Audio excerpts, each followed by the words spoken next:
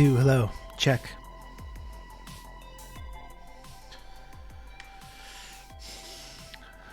Hey folks, how's it going?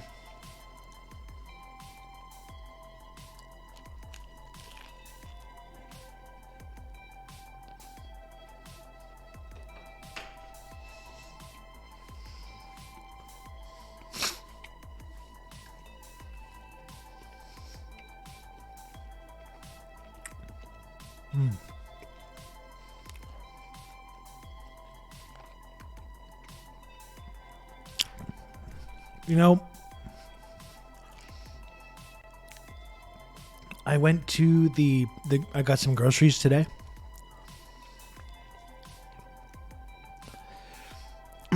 I was really kind of wiped out, and I got paid from some previous work that I had done a couple weeks ago, so I went out and got a bunch of groceries. And normally I get the like brioche buns, as you know. I get the like brioche buns or the egg buns or whatever it is. Usually brioche. I like to make burgers with those. I like to make sandwiches, but they didn't have the kind of ones that I wanted at the grocery store today. So I was like, I'm going to pick some up somewhere else, whatever. But then it came time to have lunch, and I didn't really have all that much. I got a bunch of fruit and stuff to make for dinner and a bunch of stuff, but like, I want to go sit down and just have a little sandwich before I start the stream. And I didn't really have anything. But then I remember that I had some English muffins, which I've had for I feel like a while now, and shouldn't still be good, but somehow are. I don't know if there's something in like the English muffin formula, perhaps. There's no way that these English muffins should still be good, but I just toasted these up and made a little sandwich with those. And honestly, I feel like I don't eat that enough. This just regular sandwich ingredients, toasted English muffin.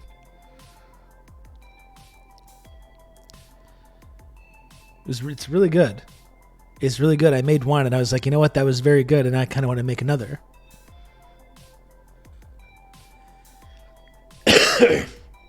Toasted with a bit of butter and jam. Yeah, I mean, they're good for breakfast things, but it's good for like lunch for like a sandwich component. This is what I'm saying. You dingus. It's funny because your name, it sounds like I'm being mean and abusive, but that's your actual name. I'm using it as a sandwich component, you dingus.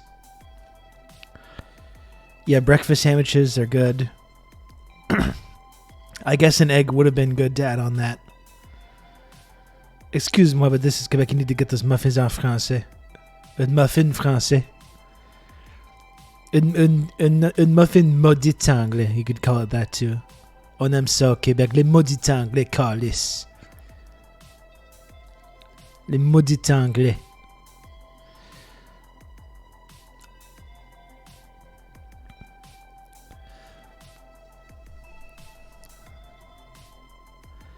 They don't go bad. I don't know why. It's bizarre.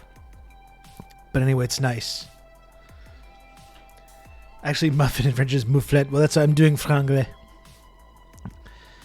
I'm doing Québécois franglais.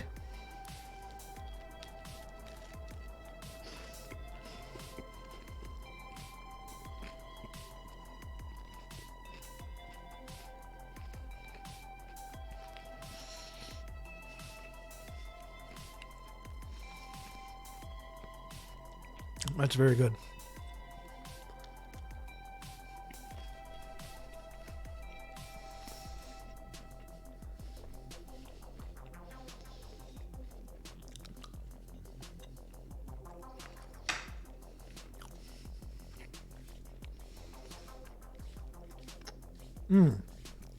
Okay. Oh, by the way, Spaceman Sidor 10. Thanks for the Prime. 5 months of Prime from Spaceman Sidor 10. Thank you. Thank you, Spaceman. Dr. Spachemin.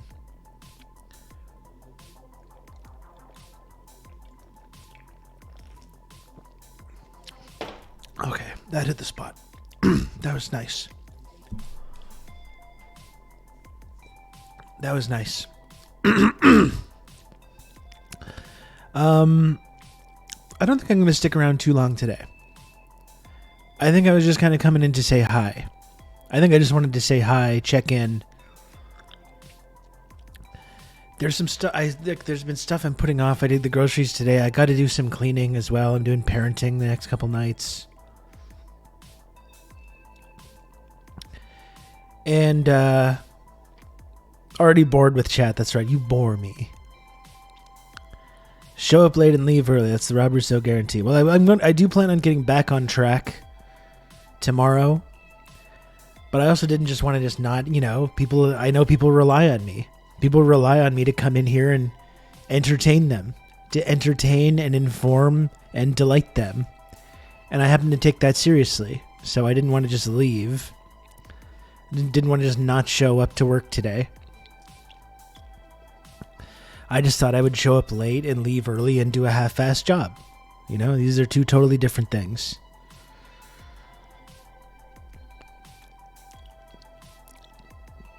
How can you be bored on the state of the New Hampshire primary? Yeah. Very exciting. Speak to a manager. Hey, Crump.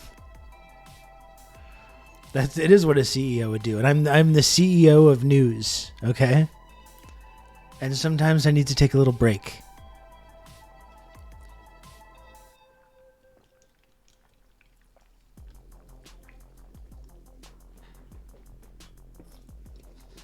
Oh.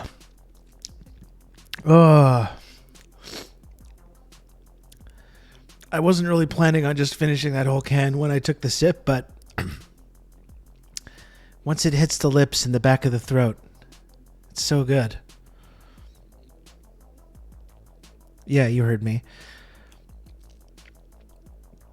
CEOs famously hard working with their 8 months a year vacation time. Yeah, I mean, their whole job is a vacation. What do they do? Go golfing? Oh, you went golfing and made a bunch of phone calls and yelled at people? Wow, that's so impressive. Congratulations. You went golfing and yelled at people. And probably tipped badly on your lunch that you had. Good job. That'll be $10 million, please. It's a strategy meeting in the Alps. That's it. Some also go visit Auschwitz. That's true. Yeah. Good. Some are busy arguing on Twitter. That's the thing. It's like you're arguing on Twitter getting paid $10 million a year, whatever it is. I'm here arguing on Twitter for free. What the hell are you doing that I can't do? I can ruin companies and argue with people on Twitter. I can do that. Someone put me in charge of something.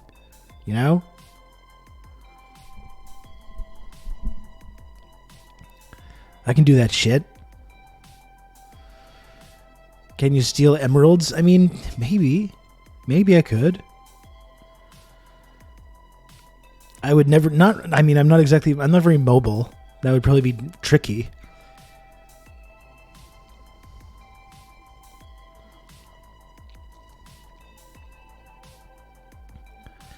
I'm not exactly very spry. I'm not spry.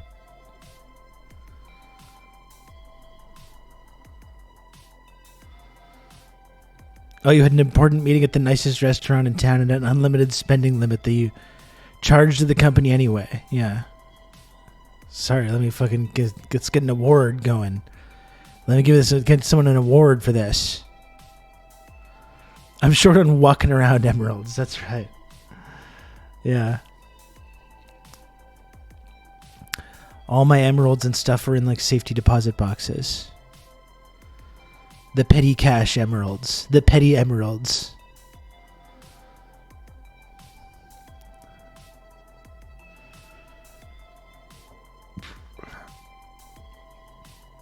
Must be hard, though, to fire 20% of your workforce and defend why you didn't take a pay cut. I don't envy them. Not only not taking a pay cut, defend why you got more of a bonus. And make people understand implicitly that the 20% of people being fired and your bonus are linked. And tell people that that you deserve that. And keep a straight face and have to sleep at night. Yes, for cutting costs, the stonk price goes up. Everyone wins. You're welcome, shareholders.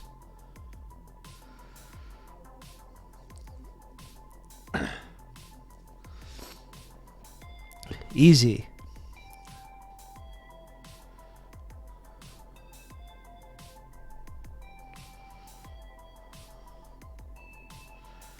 Rob says this, and he's the CEO of TRRS. Curious. Actually, the CEO is Vladimir Putin, though. I'm just the front man. I'm just the front man of the operation. Believe me, I'm not pulling the strings. Okay.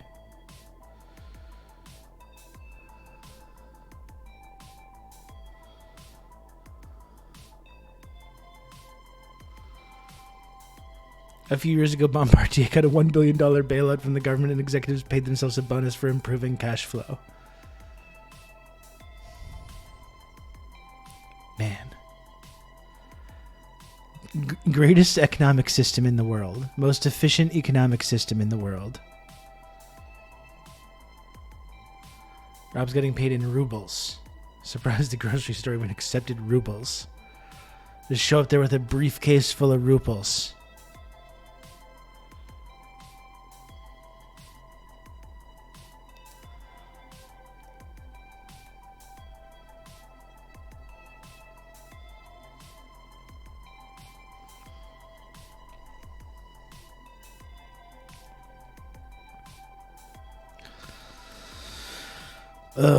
Yeah, it's just cash flowing right into their account, just like the weapons contractors. Just getting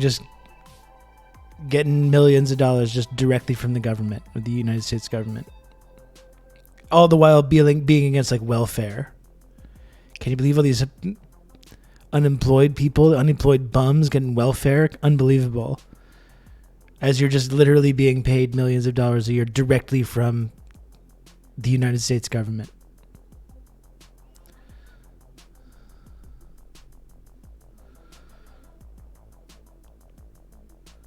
It still amazes me that 08 crash, not a single bank exec even had to resign.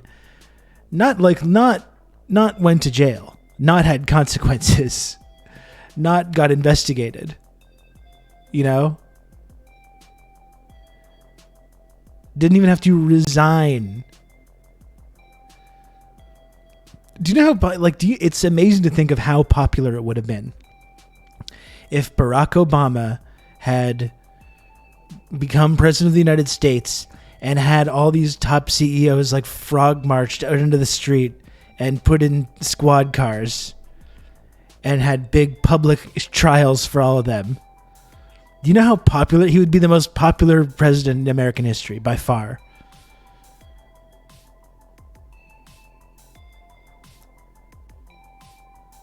Yeah, their consequences getting big bonuses. Like, it's just sick. It's actually sick.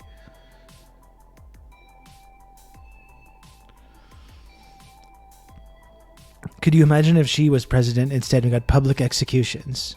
This is what happens in like a country where there's actual rules. There's actually like a rule of law.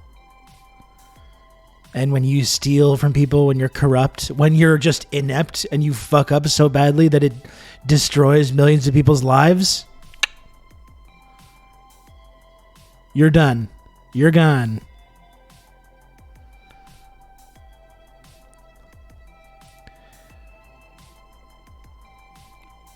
And we say, "Oh my goodness, you can't do that. You can't do that. That's authoritarian. You can't do that. Why not? Why can't we? Why can't we do that? Who's to say that we can't do that? Is punishing people for doing crimes really that bad? Why do we only punish people that do the little crimes? Let's punish, instead of doing that, let's punish the people that do the big crimes. Instead of like having a massive prison industrial complex, carceral system fueled by poor people, working class people, disproportionately black and brown and indigenous people, while all of the biggest crimes are just totally legal. What about if we flipped that? What if we stopped the massive, grotesque prison industrial machine and started actually punishing people that did actual real crimes instead of making real like crime legal for those people. What about that?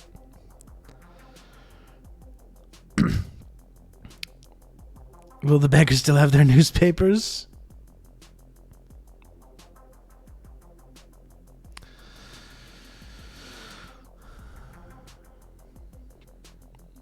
The Chappelle Show skit about the two justice systems is really on the nose. It's really, it's just pathetic that Chappelle is a brilliant guy and sometimes has had really sharp analysis like that. Now just doing these specials where it's been like 8 years since he was criticized by trans people and he just can't get over it. And he's doing another special now where he's just, whatever like good jokes there are or insightful things that he says, it just, whenever he talks about trans people, he sounds like he's in like 5th grade. And he's still doing, it's just so stupid. It's pathetic. It's absolutely pathetic. Like, it's one thing if you're actually doing jokes that are funny or interesting or insightful or talk about this issue in some interesting way. He's just like, if I get arrested, I'm going to pretend to be a woman and go to jail and like I'm going to rape women in jail. That's his joke. Because of wokeness. That's his big insightful joke about like trans issues.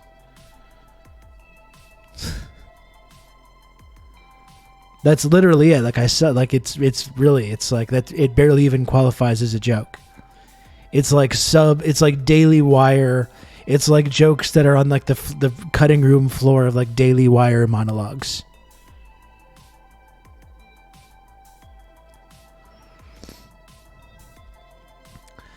$4.10. This seems really interesting, but that might not be something that's possible to watch on stream without getting in trouble.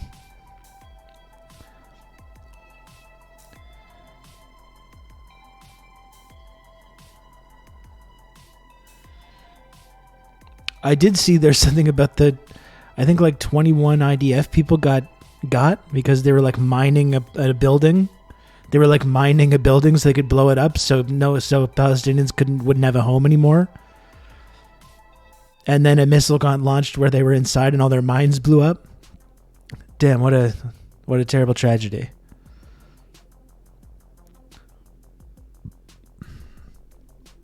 What a terrible tragedy. I'm so sorry. I'm so sorry. I'm really torn up by that.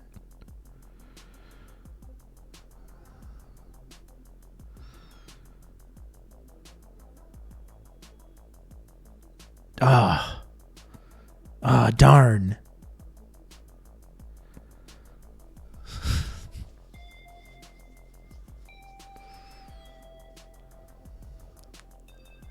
Shucks.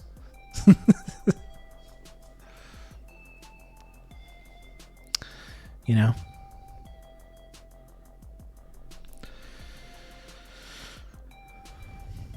Hello, 3 geese in a trench coat. Man, that's bringing back some memories of a certain little discourse that we once had on this show. You see the big night for Embiid? Yes, I saw Embiid got 70. Pretty amazing stuff. I would like to watch the highlights of the game. I didn't watch it this morning. I watched the Raptors game last night, who lost to a severely undermanned Memphis team.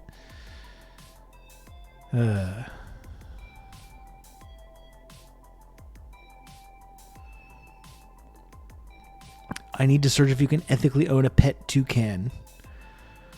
I feel like maybe if you lived in some kind of tropical climate, that would be possible. I feel like that would be cruel to just keep a toucan like in your home, though. You know? If it's in like your bathtub or something. I don't think that would be very good. Toucan. Wow. I won't be watching any more Raptors games this season. They're going to be tanking even if they're not trying to. Yeah, I think even getting into the play-in tournament now, it feels like not possible. I'll still probably watch them just because they've got such a new look and see how Scotty's playing and see how the young guys are playing. It's weird, Kijiji, how like adding quickly was such a great move, and I still think that was like a really good trade. But he's been like, he's going from being a backup to being like a starter, and I feel like he's still kind of playing like tentative, like he's still playing like he's the backup. Like I feel like he needs to be like playing like a starter now, and it seems like he's not totally accustomed to that. He's been kind of a non-factor these last couple of games, and he's going to be like a star player, I think, eventually.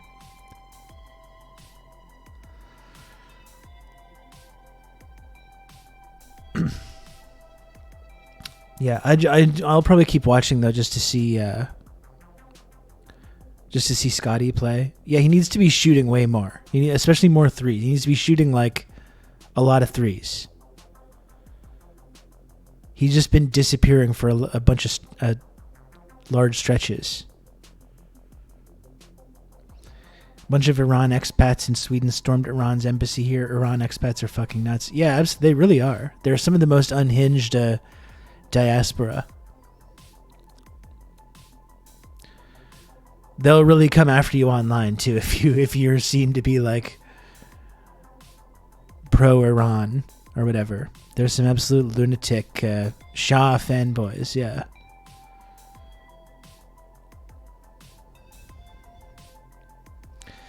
Like we were looking at last week, like some kind of like Iran, like a Iranian diaspora Zionist person. That's an interesting combo. It's like an Iranian diaspora Shah supporter, Israel lover. It's a really cursed combination of ethnic and religious and cultural identities, all in one package.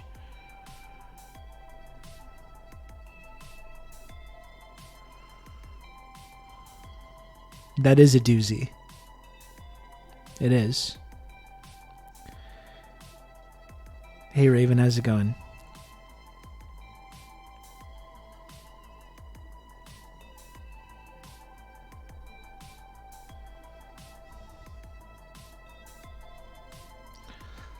I love all the Muslim Zionists on Israel that's on social media. They're the worst.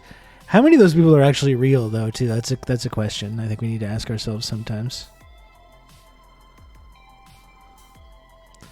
Some guy at my barbershop is like that, just constantly yapping about Israel and how they aren't that bad.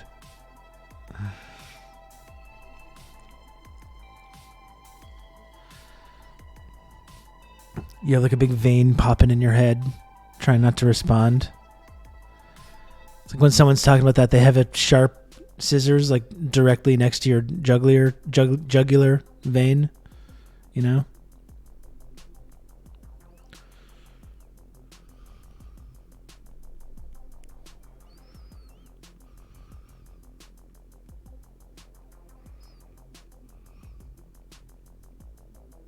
Okay, Kijiji Genie. Okay. All right. That's enough out of you, sir.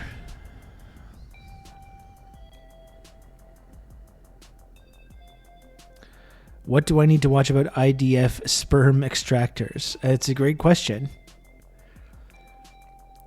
It is a real thing though. Like they've done posts, like it's not just some rumor or something. Like they've done this post. They've posted about their sperm extraction efforts. Well, 3 geese in a trench coat. I mean, it's not that complicated. There's a unit as part of the IDF or the Israeli intelligence or what have you that's devoted to extracting sperm from deceased Israeli soldiers. Well, I don't know what's so hard to understand.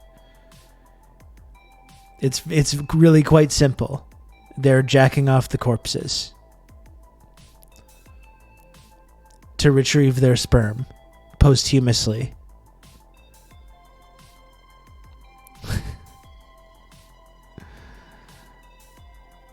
They stick this metal butt plug up your dead ass and make you come with electricity. And listen, I don't shame anybody for what they're into, you know? I mean, that's not for me personally. I think it's a little weird to like make that a central part of your whole like army thing. It's just a very normal thing to do. As I've been saying, this can't be real, but they've talked about it. Like it's not some rumor. They've talked about it. Like we've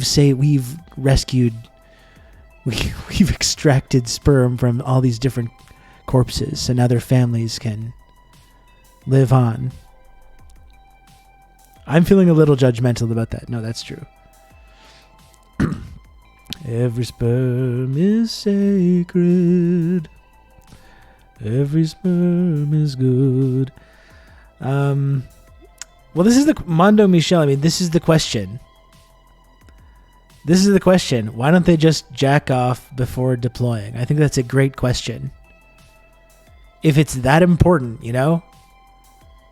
If it's that fucking important, just have your guys jack off before.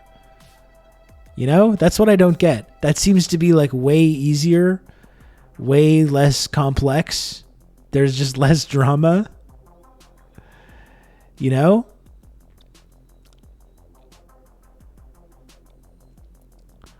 Just have him jack off before, just in case, you know? What's wrong with that? In my experience, jacking off is easier when alive. Yeah, in my experience as well.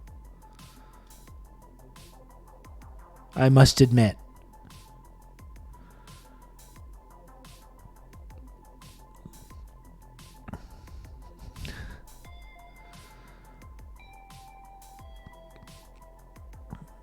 When was everyone's last goon sesh? I don't do that kind of thing.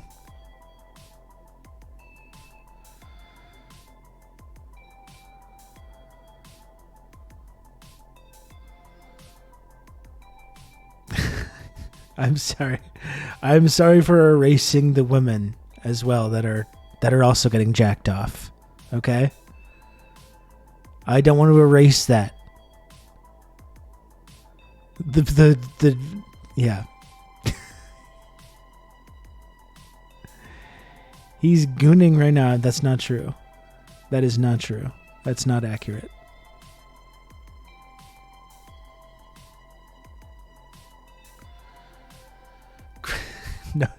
No, nobody's cranking hog right now, okay?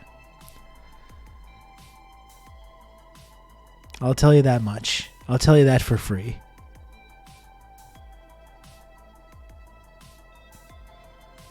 Goonarella needs the butt plug that fits just right. Oh my. This has already just gone off the rails now. I almost had something insightful kind of in conversation going for a little while there. Almost something kind of like serious and professional and insightful. And now here we are.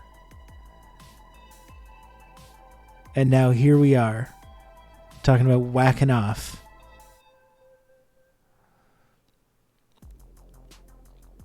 I don't know.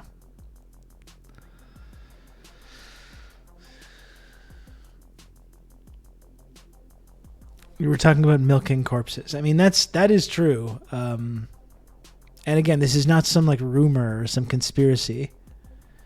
They've talked about this. They brag about it. They brag about jacking off the corpses.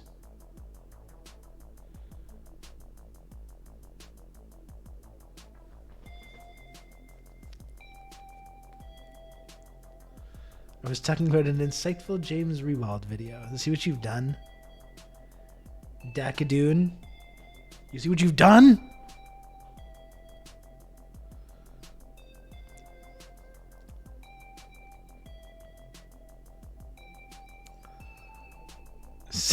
Serious gunfo about jacking it. It's Dakagoon. Oh my. They have a division specialty. That's right. They've got the corpse jack off division.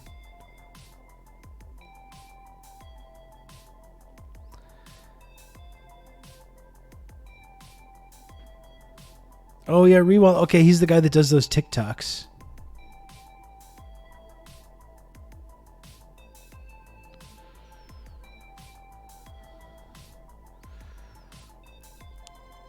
What did I just join? I don't know, Sunny Sola. I don't know.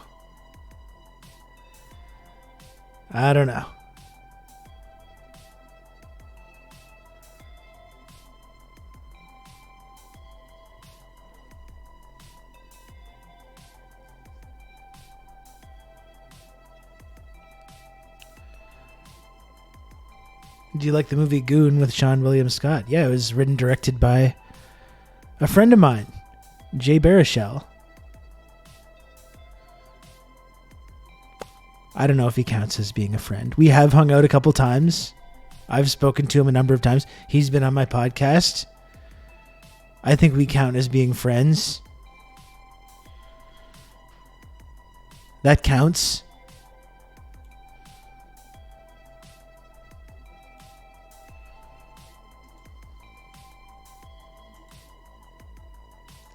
Okay, let's see this.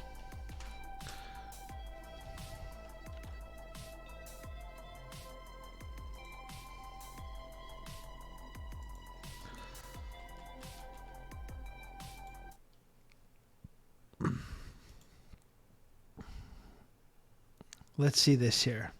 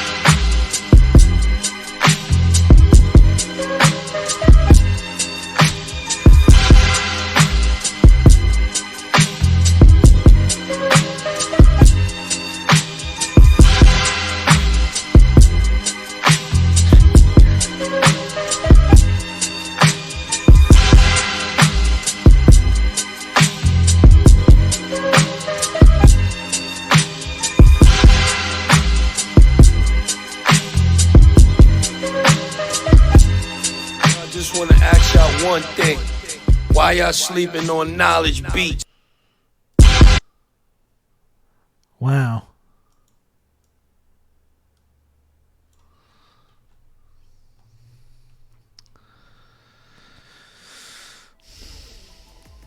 They gotta come Extraction Squad. I don't know. They do. Commando, that's right. An Israeli commando. This is where we're at.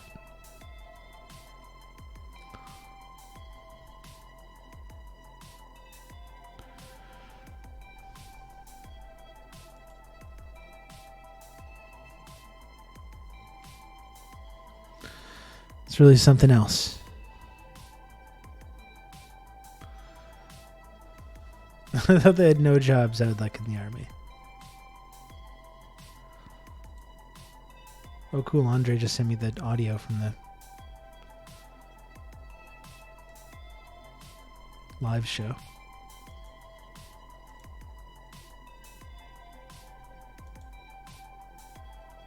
Cool.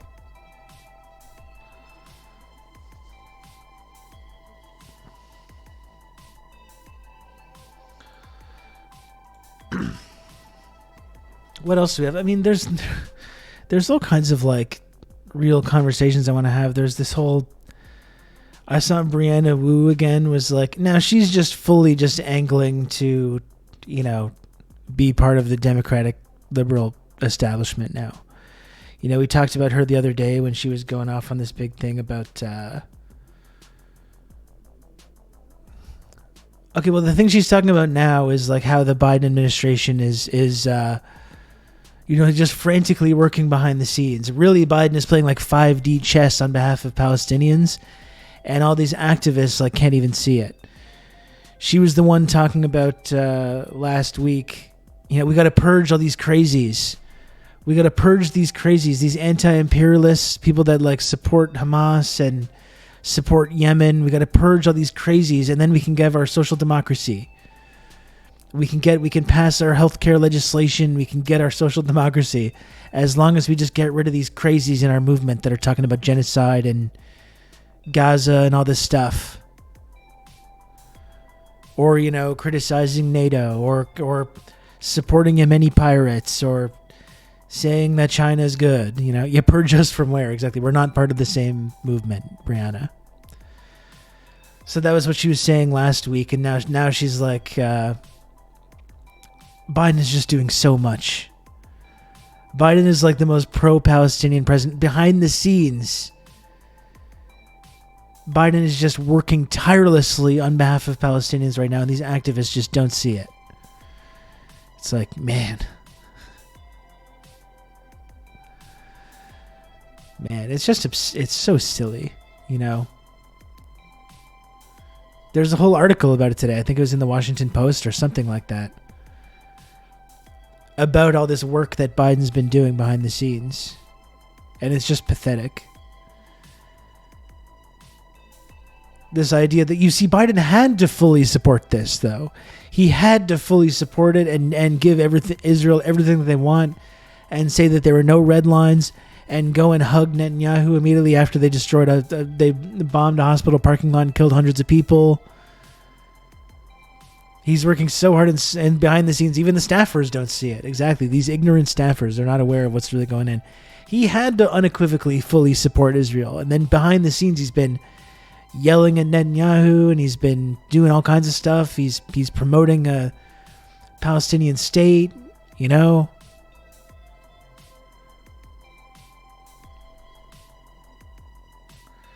Wu and Stancil have to walk this line where they want to appear as serious pundits and not become too toxic in the eyes of the establishment. I think they missed that target.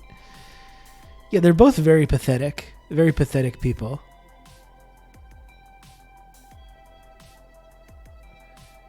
He wagged his finger at Bibi. He gave him a stern finger wagging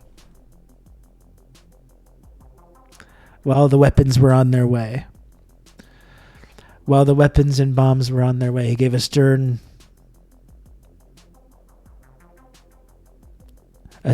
finger wagging.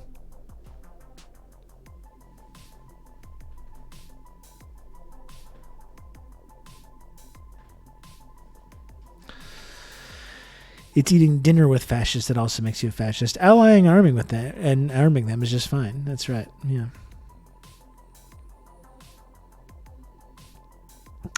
I mean, it never won't be funny to me that when you talk about these foreign policy issues, the same people that it's like, we should ignore Azov Battalion.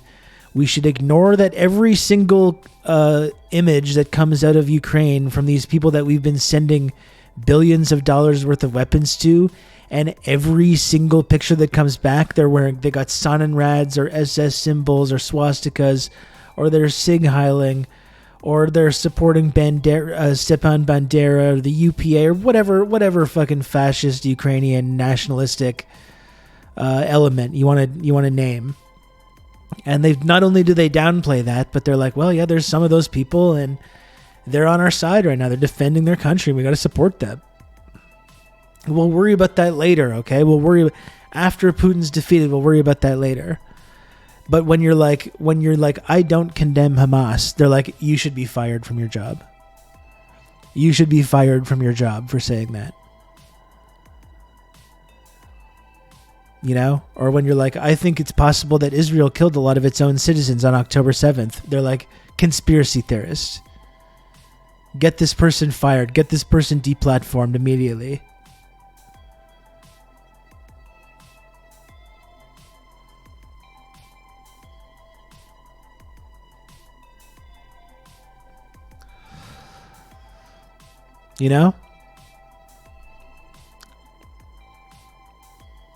You should be fired for being cringe. Are you talking to me, or is that directed at the people that say this kind of thing, or Blady? Are you suggesting that I should be fired for being cringe?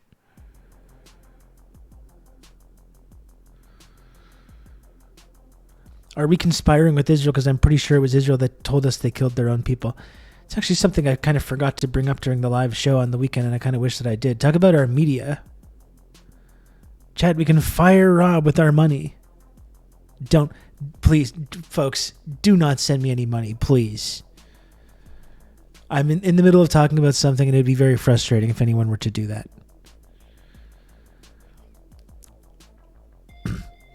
But talk about a failure of the media. I don't think... You can count on me. You're going to have good old Rob to talk you through all this. I really do not think there has been one story. I don't think there has been one story in our media, in Canadian media or really in American media as well, about this, the undisputed fact at this point that Israel on October 7th killed some of its own civilians. How many? Well, we don't know exactly.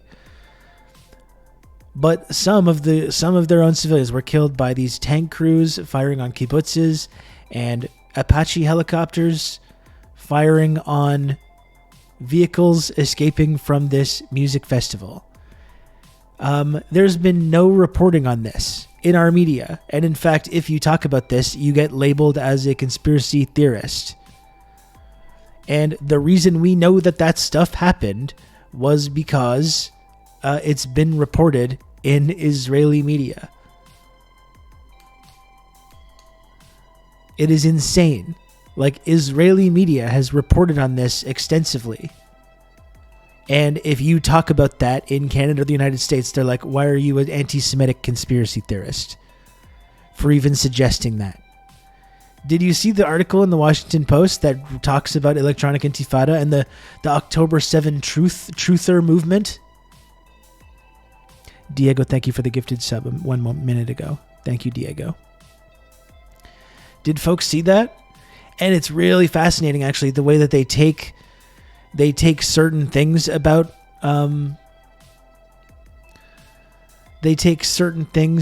what people have been saying about October 7th and talking about, what I was just referencing, and they mix it in with like all this like wacky weird stuff that maybe like a handful of psychos believe, and use it to discredit the whole thing. It's talk about Israel's 9/11. It's the exact same strategy. They take all the legitimate reporting that's been done about this, and they just mix it in with a bunch of really crazy stuff that no one with any real meaningful platform is talking about. And they suggest that it's all some big conspiracy. We looked at the James Rewald sperm extraction unit clip. Yeah, we did look at that. It's honestly really amazing. It really is. They're not doing a story on the widely reported fact that Israel did kill its own civilians on October 7th. And we don't know how many. We don't know if it was 25%, 50%, 60%, 75%. We don't know. We have no idea. We do know that it happened, though. That we know beyond a shadow of a doubt. And rather than doing an article that talks about that, they're like, look at this October 7th conspiracy movement. They think Israel kidnapped their own civilians. They think Israel was responsible for the whole thing. And just they take it in this totally weird, wacky Alex Jones direction. And then they use that to just like completely frame anyone asking questions about this as being like a wacky, deranged, tinfoil hat conspiracy person. And notice how this is the strategy always. This is the strategy with the JFK assassination. It's the strategy with 9/11. It's the strategy with like any big political event like that where there's speculation about the role that some kind of conspiracy about it, whether they're talking about the role that the intelligence community played, or like people that question the official narrative, and then they take all that legitimate concern, and they say, oh, look at these wacky wackos, because look at all these crazy people, all the things that they're saying. You're citing credible reports from Haaretz about October 7th. You need to be jailed for hate crimes.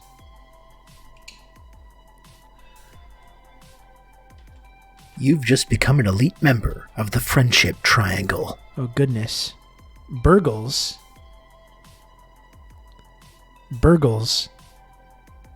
Very first 5 gifted subs in the channel Burgles, thank you so much for the 5 gifted subs. Very, very kind of you.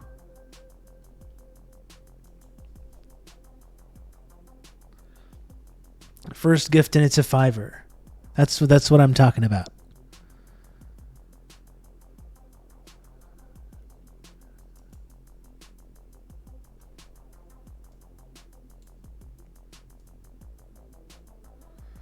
You just got burgled. That's right.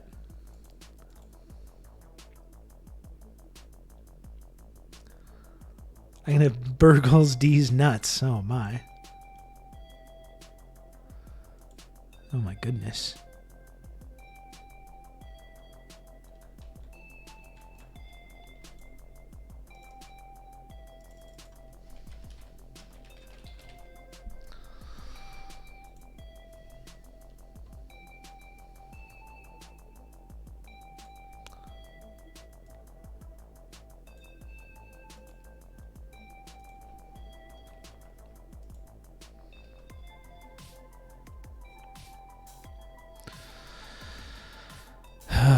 Let's okay, so look at this here. This is what I was talking about. Oh, fuck, this is so annoying. Okay.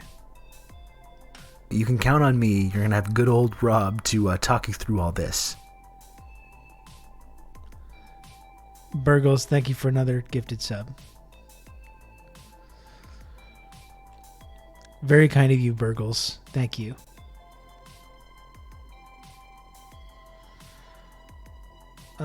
So yeah, let's just take a look at this Washington Post piece. This is what I'm talking about.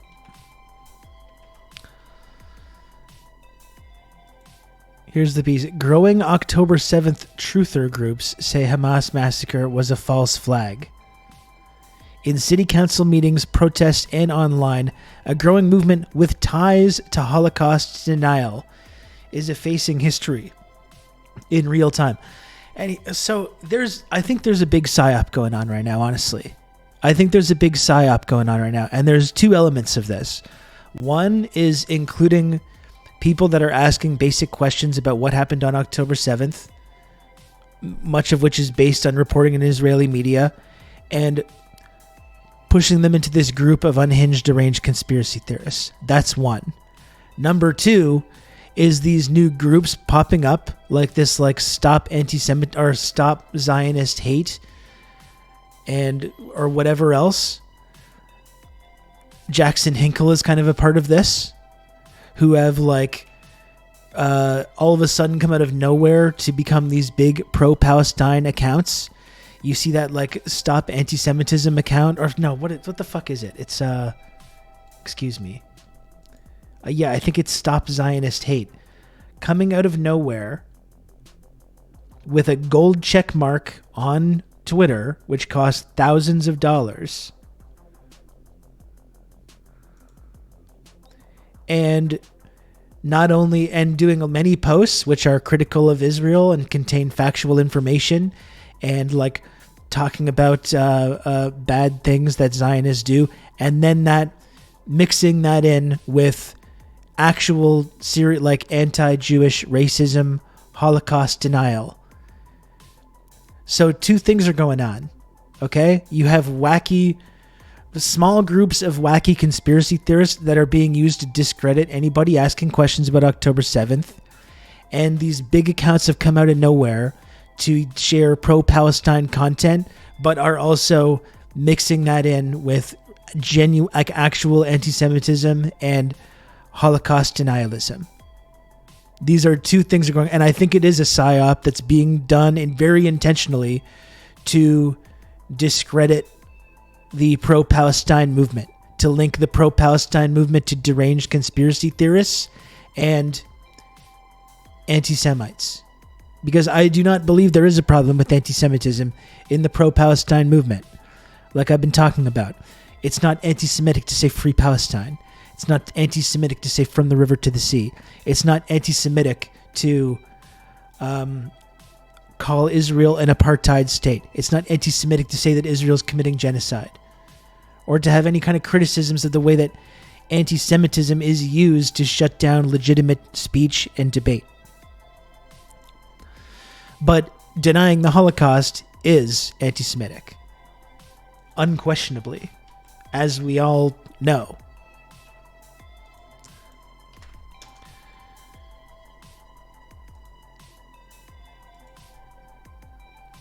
This is after Elon Musk's visit to Auschwitz. Elon Musk and Ben Shapiro are in Auschwitz, a town that allegedly witnessed genocide in the 20th century. Do you see what I'm talking about? There's something kind of sinister going on here. And again, this is the gold check mark. There's money behind this account. There's money behind this account. This is like you pay, those gold check marks are like, you have to pay like $1,000 a month for one of those. An X-verified organization's full access tier subscription is $1,000 per month. So do you see what I'm talking about? I think this is a very serious kind of PSYOP that's going on here. And the goal is to completely discredit the pro-Palestine movement, to link it to conspiracy theories and anti-Semitism. And as we know, Holocaust denial is anti-Semitic and unacceptable. And part of what I find fucking grotesque about Israel and Zionists and their supporters and enablers is the way that they weaponize the Holocaust. They weaponize Jewish trauma. They weaponize these very real phenomena, and they use it to justify their own apartheid, their own genocide, their own exploitation, their own colonization, their own racism. That I think is a disgrace. When you take the genuine pain and trauma of the Holocaust and you use that to manipulate and shame people into supporting your grotesque settler colony genocidal racist project, that I think is absolutely sickening. But then you see actual anti-Semites that deny the Holocaust. They don't find it grotesque that Israel weaponized the Holocaust. They question whether they go right down this path of explicitly like Nazi talking points about this. Isn't there one like defund Israel? Yeah, I think there's two. I think it's both of those.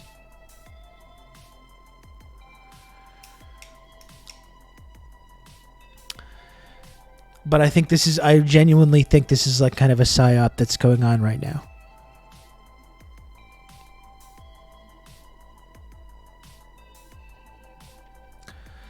The Holocaust was an absolute horror in the world. At the same time, colonial violence has had similar levels of brutality. Yeah, that's one thing that I reject as well. The idea that the Holocaust was some unique historical phenomenon, or that it uniquely targeted Jewish people. 6 million Jewish people were killed in the Holocaust, and that's undisputably a horrific crime, one of history's most horrific crimes.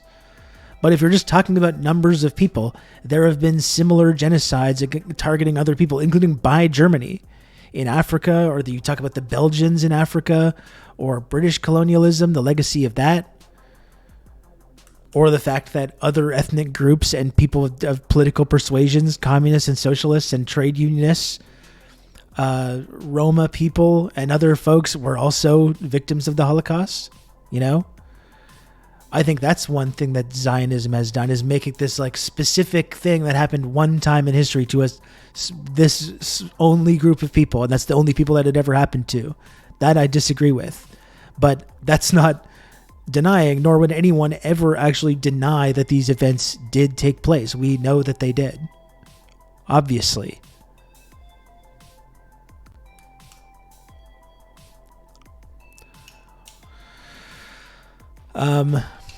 But this is what's going on right now.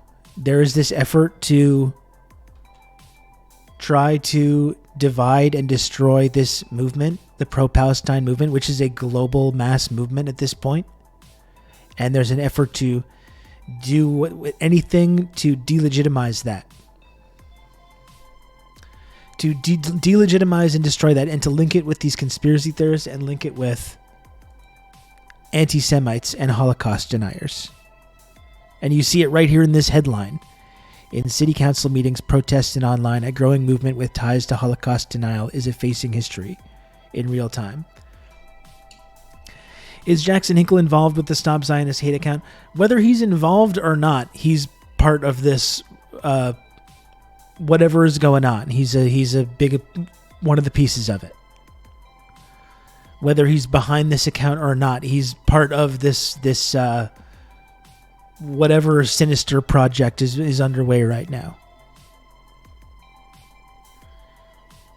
He is using the same tactics, and he's also linking like support for Palestine and support for like other anti-colonial or anti-imperialist goals with like anti-LGBTQIA plus, you know? And this kind of like these reactionary social beliefs. And he helped you back on. Are you part of the op?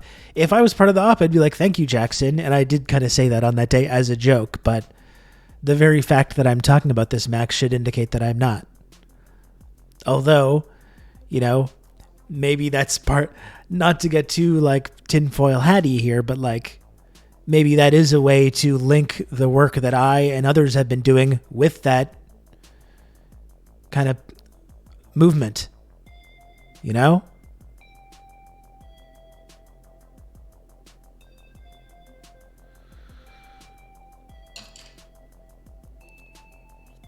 Jackson Hinkle is a classic op name. Exactly. And listen, I don't know if it's very helpful to like Fed jacket people, but like there is something going on here, you know? Look at all these other accounts too, like the censored men. How many of them are just getting involved because there's clout involved, and how much of it is part of this concerted effort? I don't know.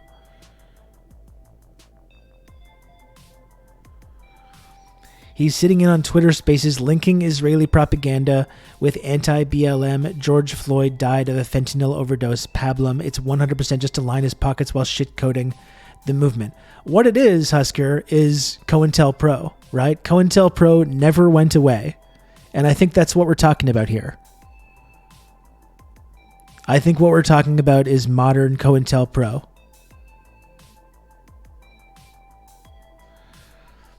Censored Men apparently started as a pro Andrew Tate account. Weird pivot to supporting Palestine. And so is Andrew Tate doing that as well. I saw Andrew Tate like arguing with Ben Shapiro over it. Jackson used to be a Hassanabi chatter. Yeah, he was a Hassan guy. He was a March for Our Lives guy. He was a Green New Deal guy. He was a Bernie guy. And then he's a patriotic socialist, communist, anti-imperialist, pro-Putin, pro-Xi, pro-DPRK guy.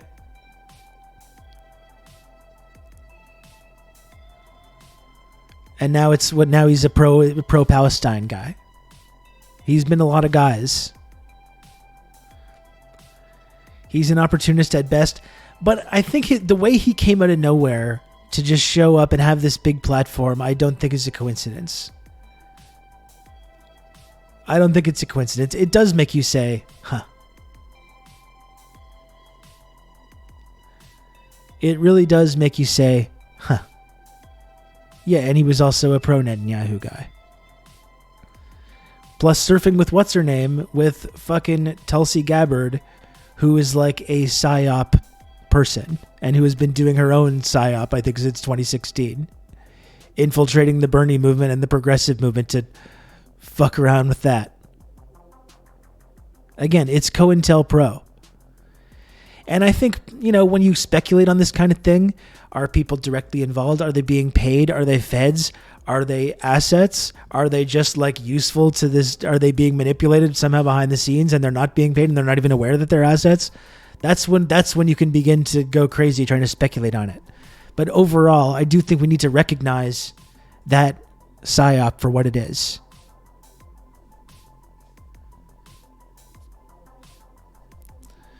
You know? And that's what it is. It's COINTELPRO.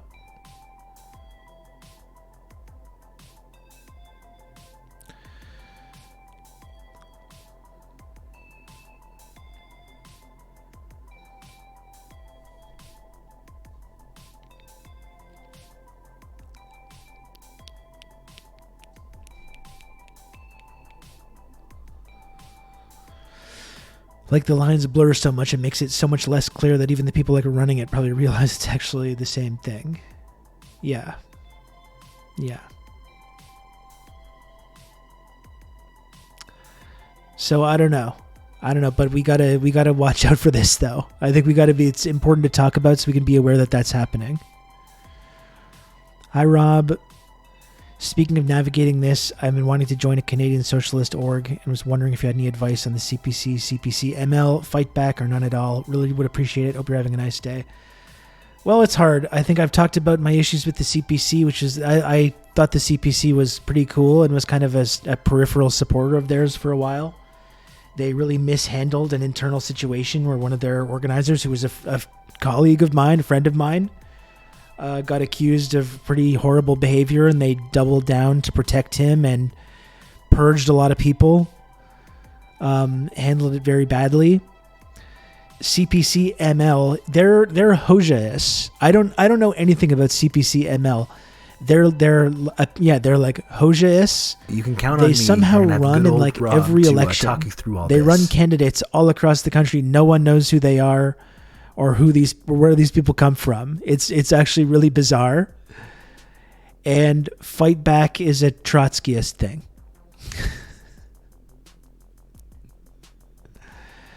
Fight back is a Trotskyist thing. Diego, thank you for another gifted sub. I would like to have a new party in Canada, honestly. I would really like to have a new party.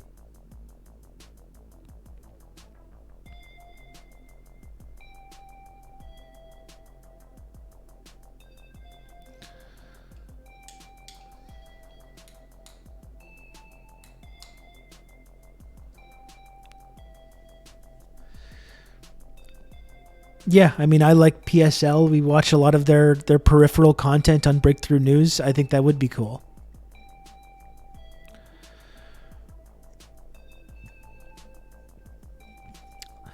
But I do think a new party would be needed. Maybe something that could have maybe more of like a mass appeal that could try to bring together all these different movements. The climate movement, the climate for the indigenous justice movement, land back, anti-imperialism, the pro-Palestine movement, and bringing all the energy that these movements have and bringing it under one place.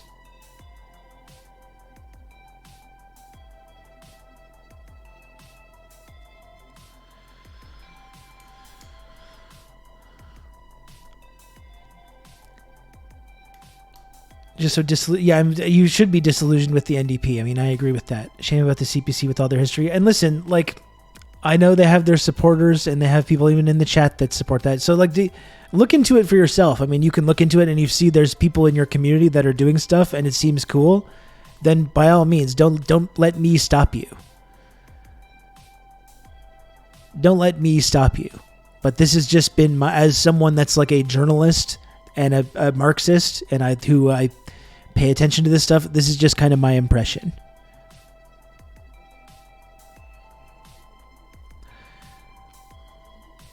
You know, I considered joining the CPC for quite some time, and I really wanted to at one point, but the way that they handled the whole thing with Jay Watts was really not good. And I even think people came in from the other side and blew it up even bigger than it had to be.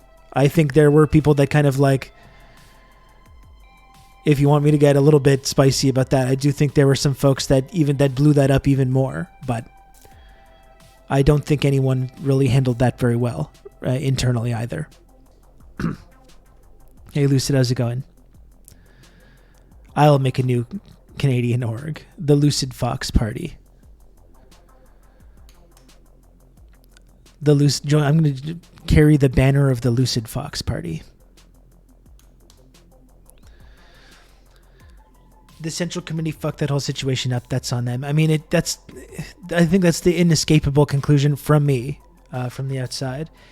And listen, like, is it $4.10? Like, if this stuff pisses you off, I get it. But the reason that we talk about this, though, is because, like, people want to join a party, you know? And I think a lot of this stuff makes it feel really inaccessible for people.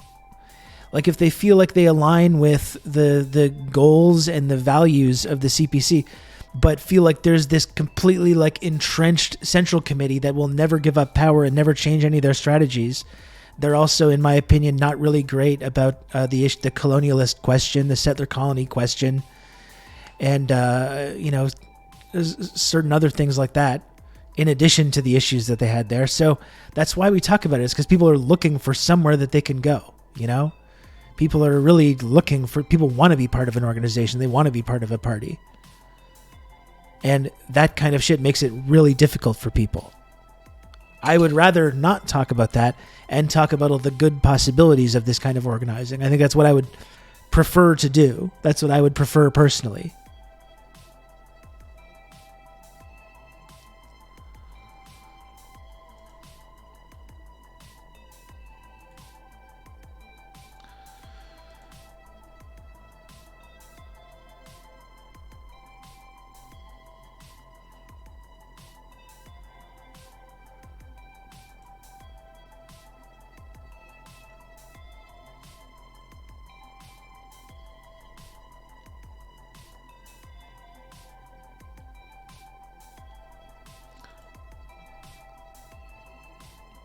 Like someone that I had followed for a long time on Twitter, Kieran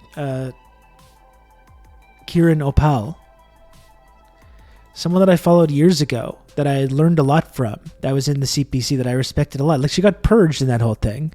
And she had been like a public supporter of the CPC and these really important values. I had followed her for years. And she was a big part of the CPC. And then she got purged in that situation because she was not happy with how the Central Committee was handling this very serious, what should have been a serious situation that made people feel really, like, uncomfortable and unsafe. You know?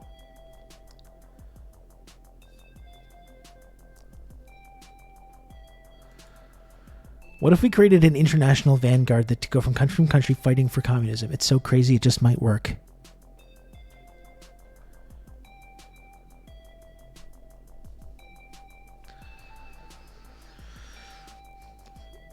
I wish where I live to have a Hojaist party because I live next to Albania. That's our man. Enver's Hoja. It's our man. That's our guy. But again, I don't know what's going on with that party. Like, I don't see them at any protests. You never hear of this party just at elections. The CPC ML party runs candidates just across the country. I did vote for them in the last election, so technically I'm one of their supporters. I voted for the Canadian Communist Party Marxist-Leninist ticket in the last election. So I'm qualified. I'm able to talk about this.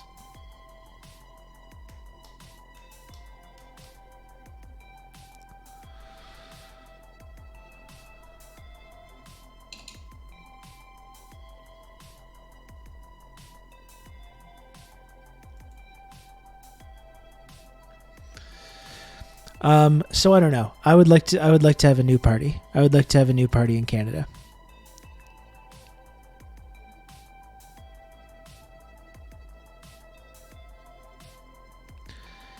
It's a shame because at a glance, the 100-year party with international connections seems good. Thank you for the info, Rob. Yeah, and again, I would encourage you to look into it yourself. And, you know, again, if there's people in your community that are part of the party and you want to talk to them and see what their experience is, I'm just a guy. I've never been a member of the party. This has just been as a Marxist journalist who pays attention to these kinds of things, this is just my observation.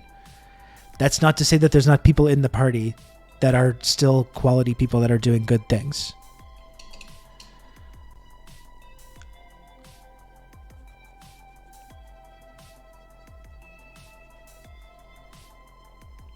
I'm just going to get some water. One sec, folks.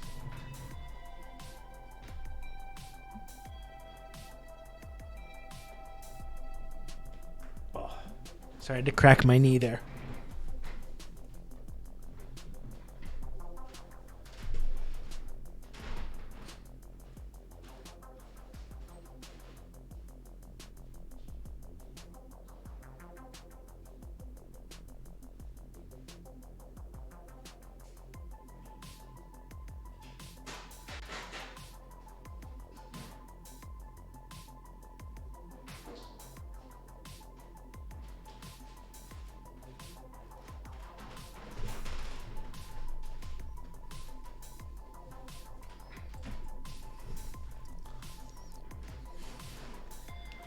Anyway, let's go back to talking about this, like, this kind of Palestine PSYOP that's going on right now. Because I wanted to talk about this piece. Growing October 7th, truther groups say Hamas massacre was a false flag.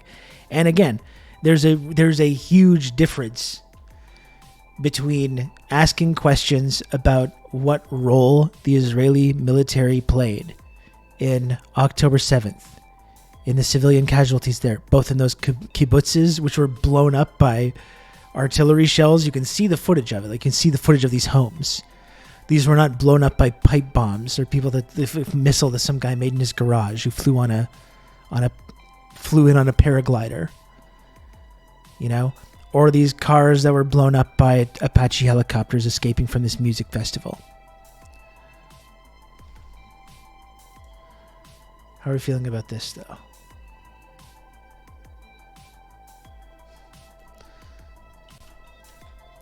I mean, listen. When they're right, they're right. You know?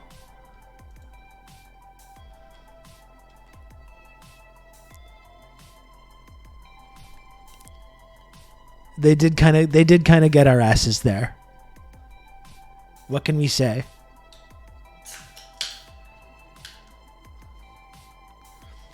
Rob is my Ron DeSantis. Oh, you mean I'm an uncharismatic, historic loser? Good, thank you.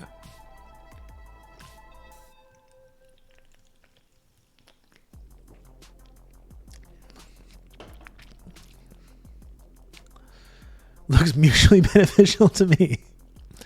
Listen, when they're right, they're right. You know, there's no point in arguing about it.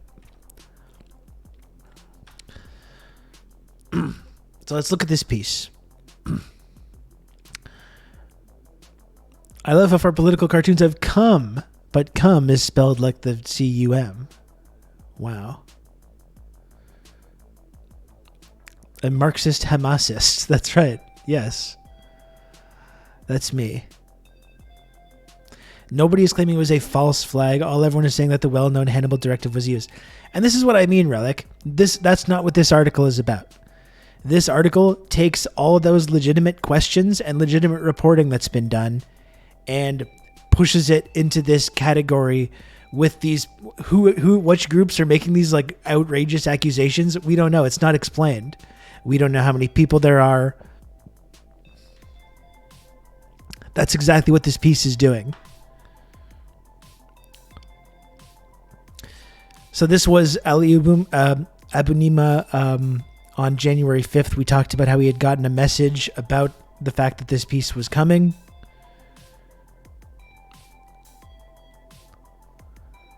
The post quotes some Telegram channel with almost no one in it to discredit criticism of Israel. When she first heard about Hamas's October 7th attack on Israel, Mirelle Monte was appalled.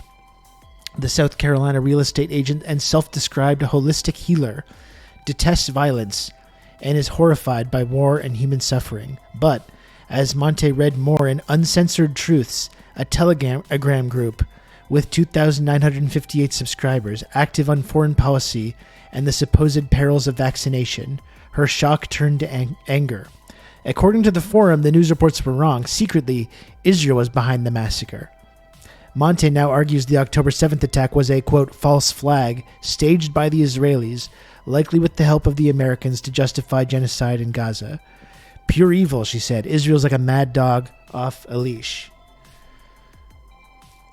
So again, this is a Telegram group with less than 3,000 subscribers goes beyond the mass Hannibal thing, but is making all these accusations. It's like some anti-vax thing as well, which I'm sure has connections to all kinds of nefarious groups in and of itself. And because some random person has gotten brainwashed by some fucked up Telegram channel that calls it a false flag, and that's, again, this is being held up as being the evidence of some kind of like far-reaching conspiracy problem.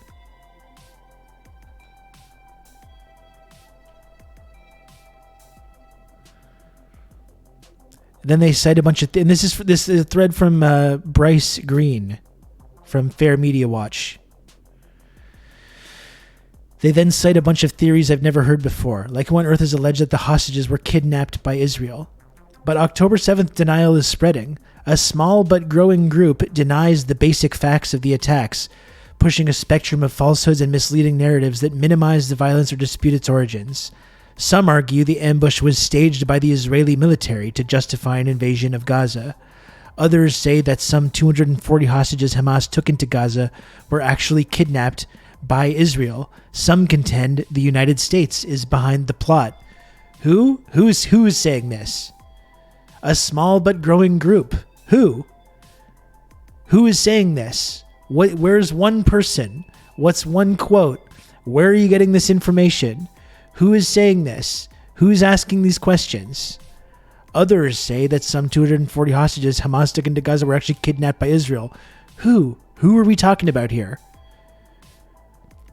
Not one person has said this. I have not seen one person saying anything like this. And as you know, I'm deeply immersed in the reporting and the pro-Palestine movement and all the reporting about the Hannibal Directive and October 7th and all this stuff. I have never seen even the most random crank say anything like this. Right? Have you? Has anyone seen anything like this at all?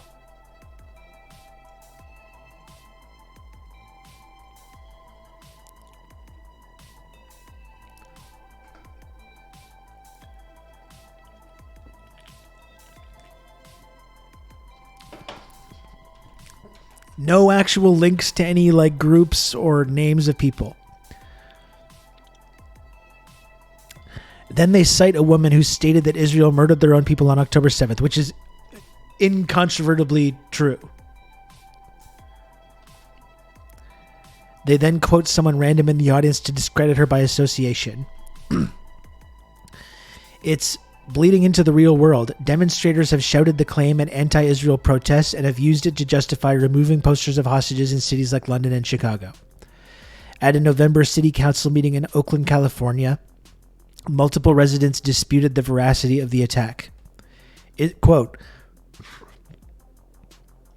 Israel murdered their own people on October 7th, said Cristina Gutierrez, an analyst in the city's housing department, where some in the crowd shouted, anti-Semitism isn't real. Gutierrez did not respond to requests for comment. Like, do we see what's going on here, right? Do we see what's happening here in this piece?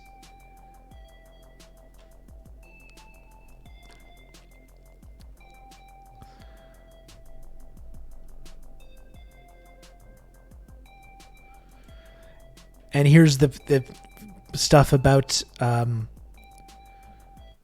says, I didn't realize music was playing this whole time. For the record, this is demonstrably true and acknowledged in the Israeli press. It was even written about by a New York Times journalist, but not in English. And again, I think it's absolutely incredible that there's not been reporting on this. I haven't seen any reporting on this in Canada or the United States about the Hannibal Directive and the information that has come out about October 7th and tank crews and helicopter pilots killing their own civilians with friendly fire.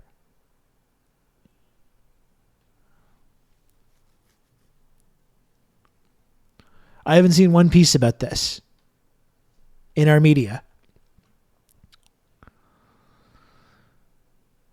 The revelations came in a new investigation. So it's amazing. It says it was written by a New York Times journalist, but not in English. The revelations came in a new investigative article by Ronan Bergman and Yoav Zitun, 2 journalists with extensive sources inside Israel's military and intelligence establishment. They also revealed that some 70 vehicles driven by Palestinian fighters returning to Gaza were blown up by Israeli helicopter gunships, drones, or tanks. Many of these vehicles contained Israeli captives. The journalist wrote that it is not clear at this stage how many of the captives were killed due to the operation of this order to the Air Force that they should prevent return to Gaza at all costs. At least in some of the cases, everyone in the vehicle was killed. The journalists explained. So naturally, the next paragraph is equating this with Holocaust denial and QAnon. The phenomenon is worrisome to Jewish leaders and researchers who see ties to Holocaust denial, the attempt to undermine the genocide that killed 6 million Jews during World War II, a belief that has surged online. And again, remember what I was just talking about earlier, showing the tweet from that Stop Zionist Hate account engaging in Holocaust denial. And then it goes into stories like this. Oh, it's being linked to Holocaust denial online. They also see parallels to many pernicious internet-driven conspiracy theories with anti-Semitic tentacles, which is an anti-Semitic trope in and of itself, by the way, including the QAnon conspiracy theory, which alleges globalists, a reference some say to Jews, used the pandemic to control the world, and disinformation about the 9/11 terrorist attack, which some fringe groups falsely argue was perpetrated by the Israeli intelligence agency Mossad. There's a built-in audience that wants to deny that Jews are the victims of atrocity and furthers the notion that Jews are secretly behind everything, says Joel Finkelstein, Chief Science Officer at NCRI.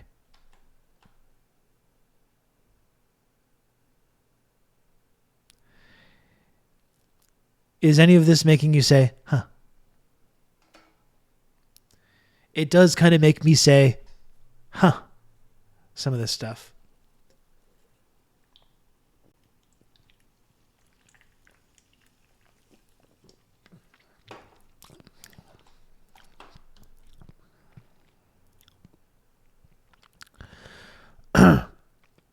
They then quote an anonymous poster on r/late stage capitalism. So basically, the Hamas attack was a false flag for Israel to occupy Gaza and kill Palestinians. Reads a recent post on the Reddit forum r/late stage capitalism.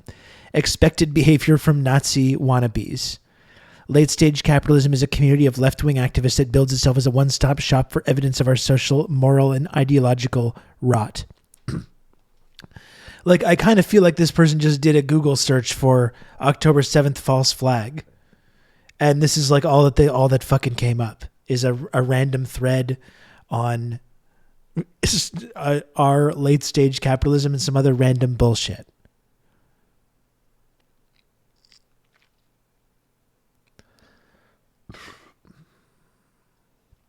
If anything is a PSYOP or false flag, it's these prolific anti-Semites with intelligence leaks. Well, that's what I'm saying. I think this whole article is a false flag.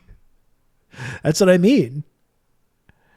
I think we're talking about a PSYOP that's going on right now to shut down discussion and to link anyone that has questions about October 7th and what happened on that day, to link them with anti-Semites, Holocaust deniers, wacky conspiracy theorists. Which, again, is the exact same kind of like PSYOP strategy that's used to delegitimize questions about 9/11 or questions about the JFK assassination or any of these other major events for which there's a questionable official narrative that explains it.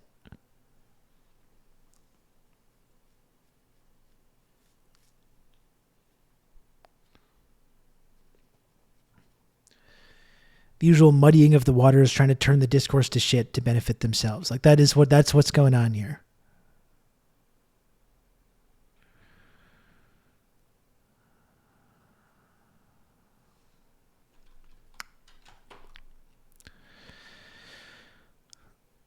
Groups Electronic Intifada and Grey Zone in with random Telegram group they cited earlier. Neither GZ nor EI have ever engaged in Holocaust denial or complained about New World Order. They accuse them of cherry-picking evidence and misleading narratives. Evidence of our but the claim can be found elsewhere on the internet, including publications critical of Israel like Electronic Intifada and Grey Zone, and in messaging groups like Monty's Uncensored Truths, which previously had been focused on pandemic-related gripes about vaccines and conspiratorial ideas about globalists, ushering in a so-called New World Order. Right-wing Holocaust deniers also have latched onto the claims. All cherry-picked evidence. Some factual, some highly distorted to push misleading narratives. And again, just talking about Electronic Intifada, we've been looking at a lot of their work over the last couple of weeks. I had the pleasure of speaking to John Elmer of Electronic Intifada on this stream, who's a fucking great journalist. None of their reporting has ever said that there was a false flag, that October 7th was a false flag, or made any of these claims. All the reporting that they've done has been researched and has been backed up by actual facts. And it hasn't pushed a misleading narrative. It's pushed a very specific narrative that Israel was directly involved in the deaths of, we don't know the number of Israeli civilians and hostages on October 7th, and has debunked stories about sensationalized stories about babies being beheaded and rampant sexual assault gangs that's being promoted by mainstream media. And they've done that with evidence-based analysis and analysis. You know, they've done really great work over the last couple of months, and they're being talked about. And you saw Ali Abunima's thoughtful response to her question.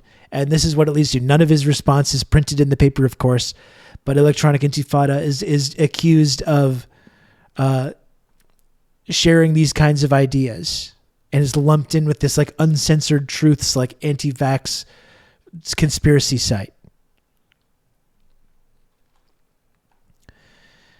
Electronic Intifada has never made any statements whatsoever about Holocaust denialism, the New World Order, or anything like that. But in this if you read this paragraph and knew nothing about this outlet, you would maybe think that they had. Talk about cherry-picked evidence. She accuses others of using cherry-picked evidence.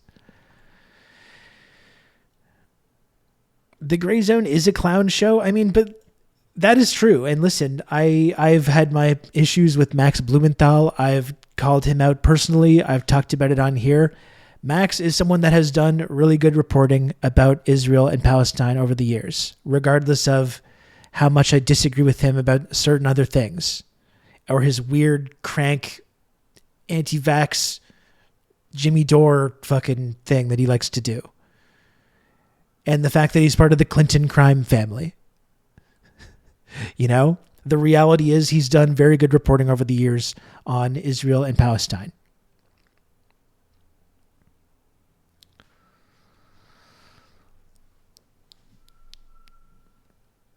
What do you mean? Say Electronic Intifada also loves Trump? I haven't seen anything like that. I can't imagine they would love Trump considering how fucking supportive of Israel Trump was.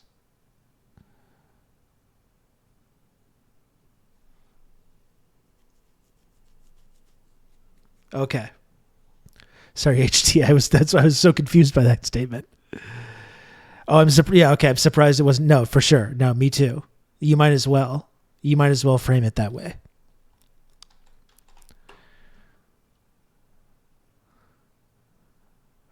This paragraph is actually incoherent and simply quotes an Israeli watchdog to say that the testimony was distorted.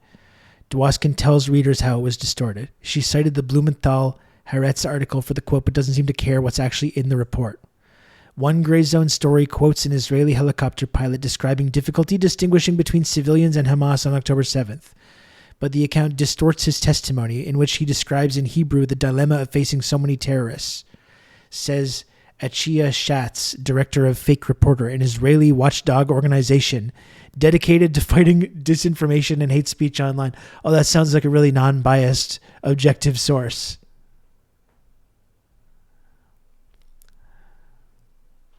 Fake Reporter, the Israeli watchdog organization, had an issue with that. So let's just promote that as being completely factual. Okay, then she attacks EI. Here we go. Doesn't seem to address any claims or link the readers to the article so they can judge.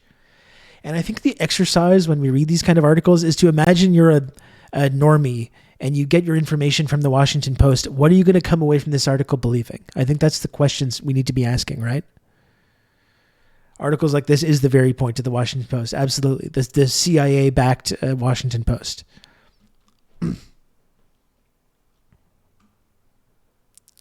The Max Ben confrontation on the bus in Nicaragua was one of the cringiest things I've ever seen. Man, that was fucking weird. That was so weird. Here's the thing. Here's the thing from this piece on Electronic Intifada. An Electronic Intifada article from November also argues that most Israeli casualties on October 7th were perpetrated by the Israeli army, basing the story in part on a YouTube clip of a man who describes himself as a former Israeli general. The clip refers to these outsider observations as a confession. She did print some of his words here. Electronic Intifada Executive Director Ali Bunima said in an email, "It would appear that the reach and success of the Electronic Intifada in debunking and exposing the kind of pro-Israel propaganda routinely published by the Washington Post is now causing enough worry that you've been assigned to do a hit piece in which labels such as far left and anti-Israel will be deployed in order to try to misdirect your readers from our careful, factual reporting." I'm glad that made it into the piece, actually. I'm glad that made it in there.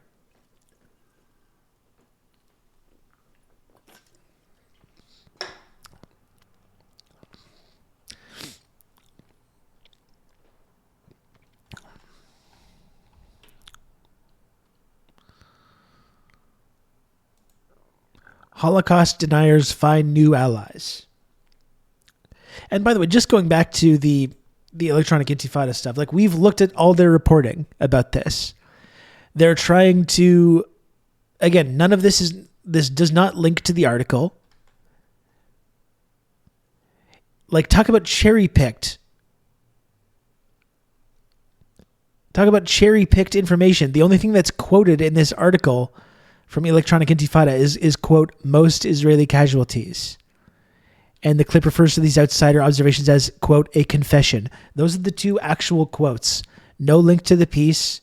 We've looked at the reporting Electronic Intifada has done, and it's a lot more nuanced and factually sourced than based on some ramblings of some random YouTube video. A lot of their reporting about what happened on that day comes from direct testimonials taken from Israeli media, from people that were at this kibbutz and at this music festival and people that were there. And according to this, it's one YouTube video based on someone who describes himself as an Israeli general. So again, if you're looking at this piece and you get your news from the Washington Post, what's your takeaway here? That Electronic Intifada is just watching a YouTube video with some random crank and using that to spin all kinds of like disinformation about it. That's what they've been doing according to this piece in the Washington Post, which as you know, as we all know, we've been looking at a lot of this information, a lot of their conversations and reporting. That is like a absolutely absurd and farcical way of describing the work that they've done over the last couple of months.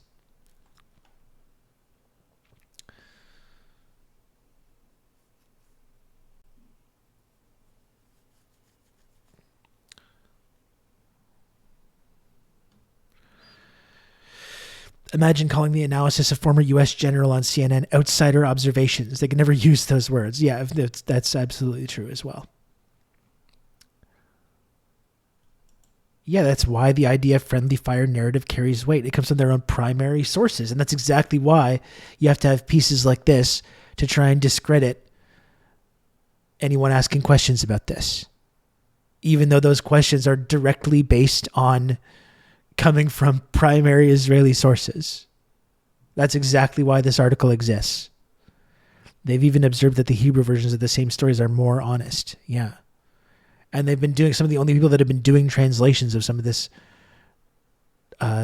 journalism and interviews being done in Hebrew.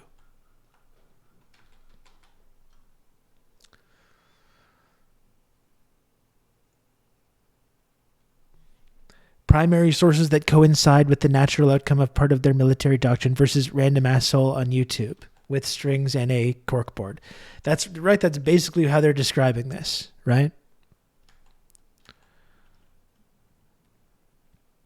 Here's the next piece. Holocaust deniers find new allies. 2 weeks after the Hamas attack, filmmaker Aharon Kashals and his wife were taking a Saturday walk in the Primrose Hill section of London when they saw a woman ripping down hostage posters on a local bridge. The couple, who were Israeli, spoke to the woman, who said she was removing the posters because the people had not been kidnapped by Hamas, according to video of the encounter reviewed by the Post. Kashals said he and his wife told the woman that even Hamas has admitted taking hostages. The woman grabbed the posters and walked away, according to the video. Kashals said the incident, which has now been repeated in several cities according to other videos posted on social media, left him disturbed. So what is that? Holocaust deniers find new allies. Like what does that have to do with Holocaust denial? Number one. Number two, this is one situation where one person was taking down one of these posters. And in any other footage that I've seen of anyone taking down these posters, no one has said anything like that. People are taking down those posters because they're propaganda that are trying to manufacture consent for a genocide. People are taking down the posters because the hostages are not located in London or Toronto or Montreal or New York City or Washington or Philadelphia or wherever else. That's what, because it's propaganda. That's why people are taking it down. I went to a hipster cafe and people were denying the Holocaust. There we go. And yeah, this is all according to a video reviewed by the Post that this woman said that.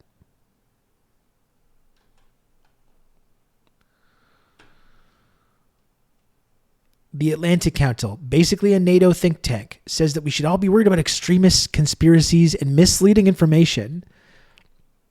Not misleading information like this article that we're looking at right now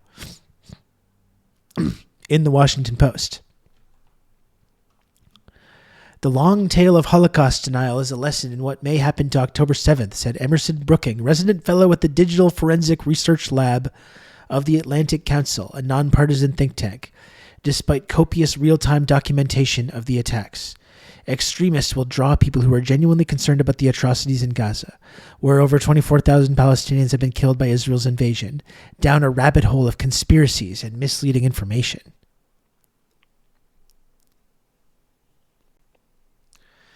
The Elon Auschwitz stuff is actual Holocaust denial, if we're keeping it a buck. I mean, Elon Musk has been more anti-Semitic than anybody over the last couple of weeks.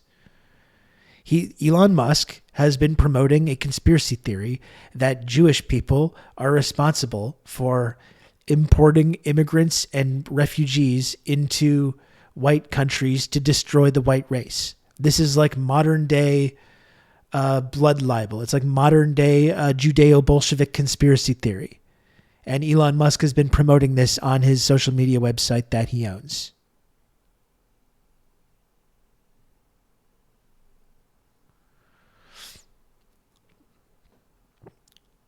Oh, thanks, Pete. Yeah, I saw that clip. I'm going to try. We can get to that after, maybe.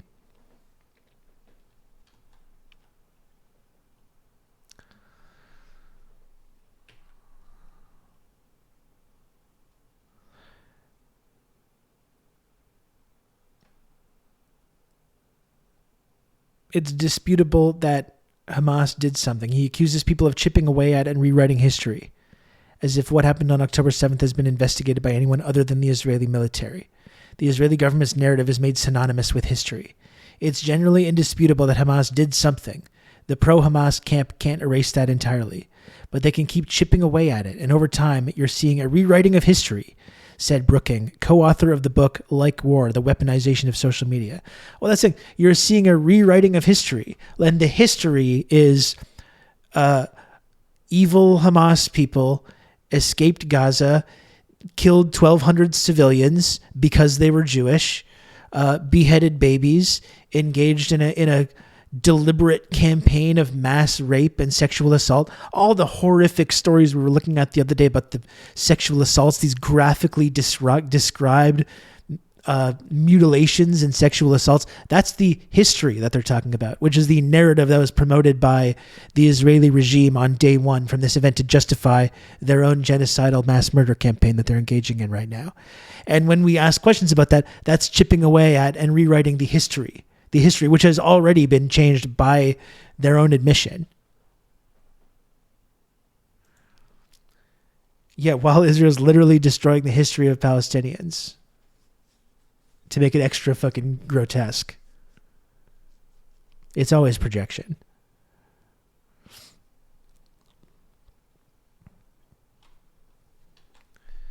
So that's it. That narrative becomes history.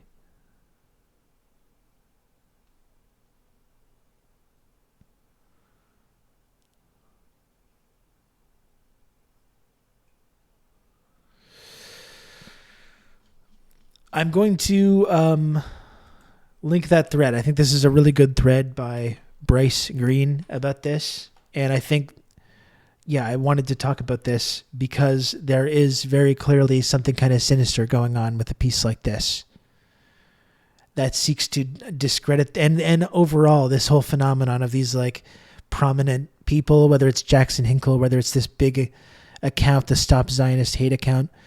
There's a PSYOP going on right now to link the pro-Palestine movement with wacky conspiracy theories and anti-Semites and Holocaust deniers.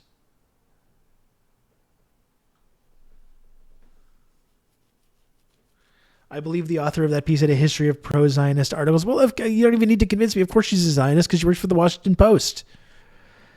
That's the whole thing about like the PSYOP of American media. It's not that she's getting talking points delivered to her from from Mossad or whoever, but she's in that position because she already believes this stuff, right? That it's this self-filtration process. She doesn't need to be told what to say. She knows what to say because she believes it already. She knows that if someone's out there asking questions about that narrative, they're wrong and they're conspiracy theorists. That's why she works for the Washington Post. Right? This is the Chomsky analysis. If you believed anything different, you wouldn't be sitting where you're sitting. That's why she's in that position to ask these questions and to write pieces like this. She does not need to be told what to say or what to do. She already believes this.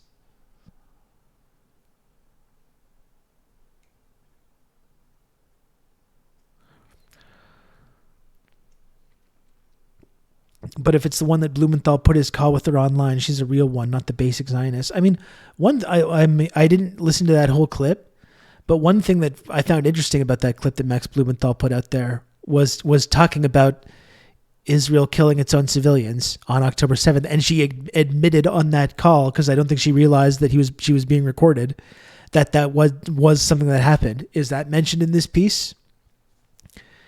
Is that mentioned in this piece at all? That, oh yeah, by the way, Israel did kill some of its own civilians on that day, but we just don't think it was most. We don't think it was all. We don't think it was this.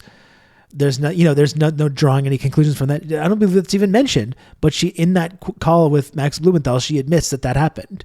Like she's like, yeah, I know that there was friendly fire.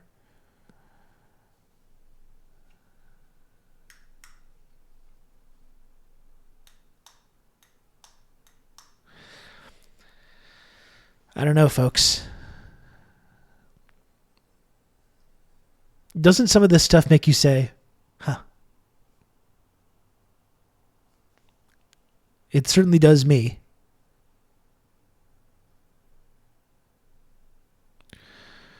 Oh shit, there was a shooting at the Edmonton City Hall. A Molotov was thrown as well. Oh, Jesus. I wonder what that's about.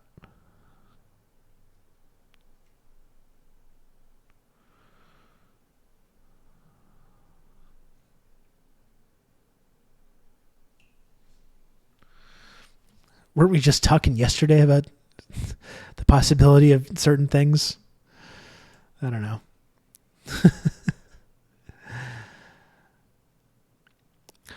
I think this is like, this is the reason that I wanted to talk about this, though, because like I've talked about many times, I think I don't mind the conspiracy theorist label. I think when you know the history of some of these, like the way imperialism works, the way the intelligence community works, You got to ask questions about these kinds of things.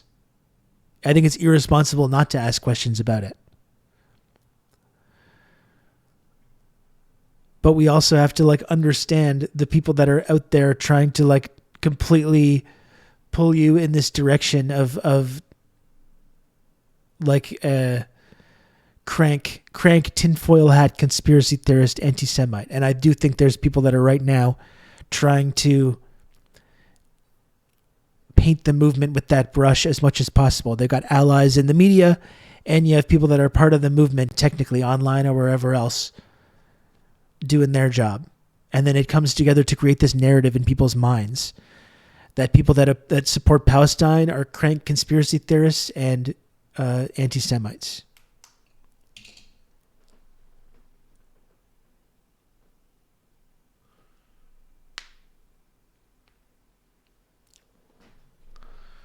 Have you been reading about some of the lack of experience within the higher ranks of IDF, like how young some of the senior members are and how few?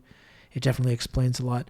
I haven't read anything about the higher ranks, but I mean, even just seeing some of the stuff from like the tank crews, these like untrained 20-year-old girls, and they're being talked about like they're fucking heroes. And meanwhile, they're just like, yeah, we're just putting in some like random teenagers into these tanks. Like that's supposed to be something that should be celebrated.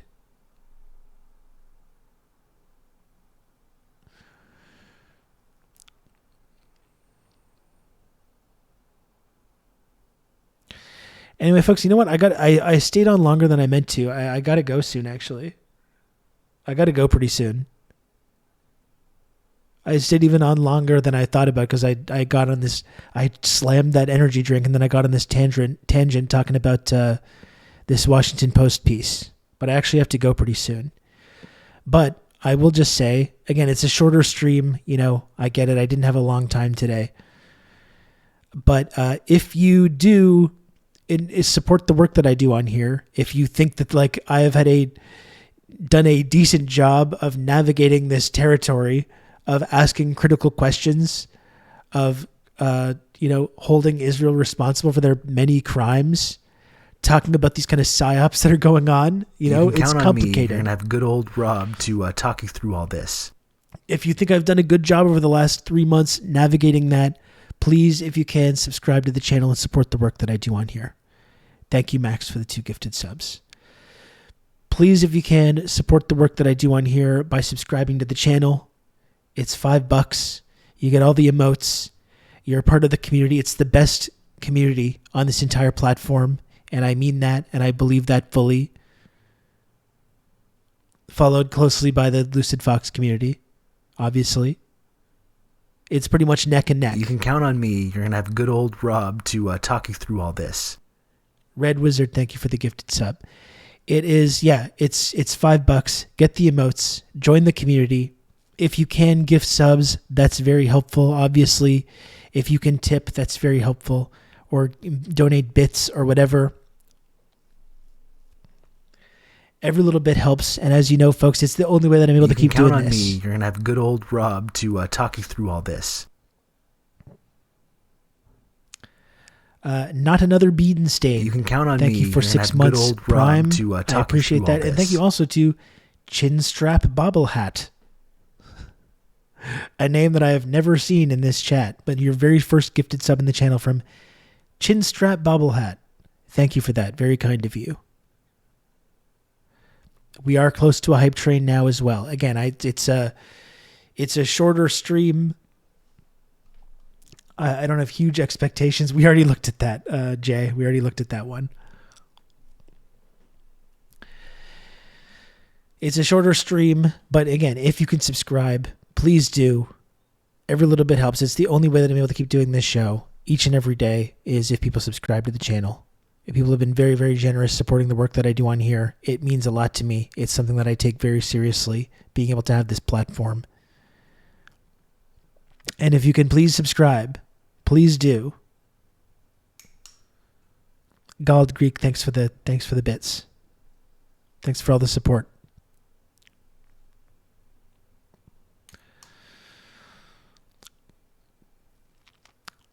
And remember, gifting over 5 subs at a time or just in general, makes you an elite member of the Friendship Triangle community. Doesn't that sound nice? Doesn't that sound like something you want to be part of? As you can see in the bottom of the screen, I'm not sponsored by any arms manufacturers, energy companies, grocery barons, no foreign states, no three-letter agencies. All I have is you, the viewer, the listener, the chatter. So if you can, please subscribe to TRRS.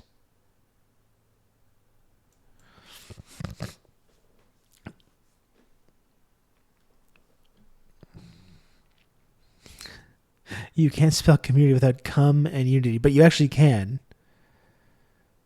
because it's not community. But I do get your meaning, or Blady. What do we say, folks? We got another. You can count on me. You're gonna have good old Rob to talk you through all Gald this. Geek, thank you for the gifted sub. Help ensure that we count on having good old Rob to talk us through all this. Yeah, that's right. One Who Reads. One Who Reads should be getting a gifted sub as well. A valued community member who should be part of this community.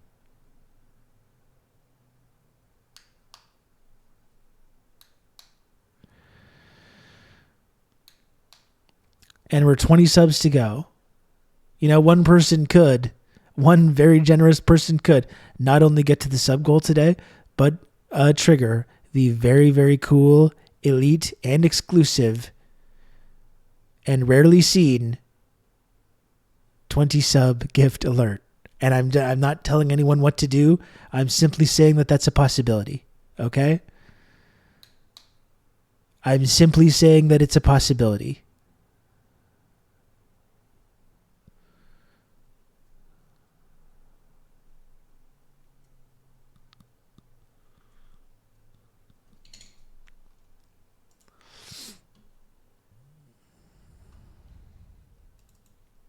You can count on me. You're gonna have good old Rob to talk you through all this. Thank you, Anon, for the gifted sub.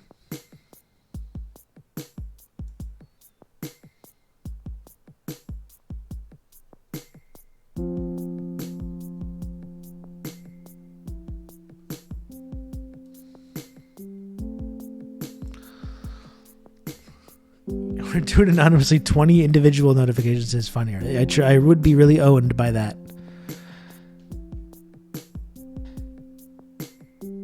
I would be so owned if someone were to do that. Anyway, I should be back tomorrow with a little bit more time. Try to get started at a normal time tomorrow, maybe for once. We'll see how it goes.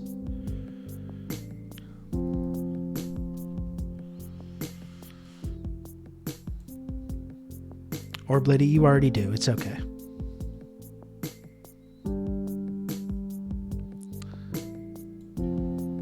I fit right in your pocket. Bucks just fired Coach Griffin. What? That's crazy. They were having a pretty good year. Is his first year? Man, that's harsh.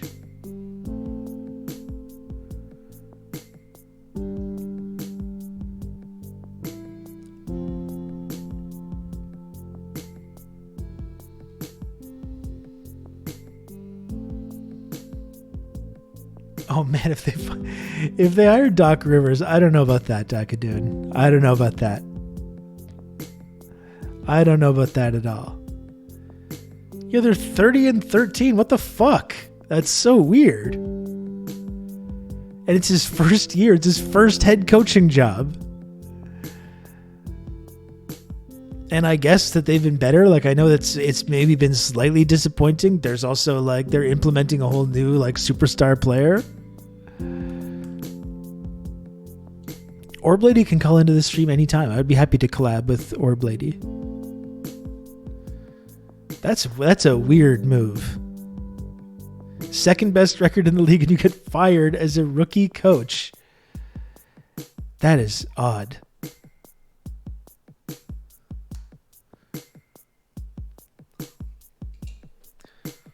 What do we think, folks? Any more subs? Is there anyone else out there? One more minute in this hype train. I'm doing the Okada pose.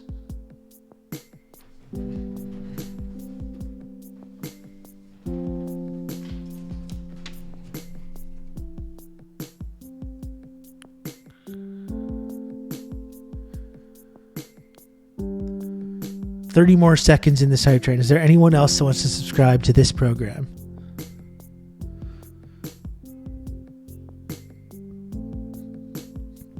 Don't make me get out my knife. Don't make me do it.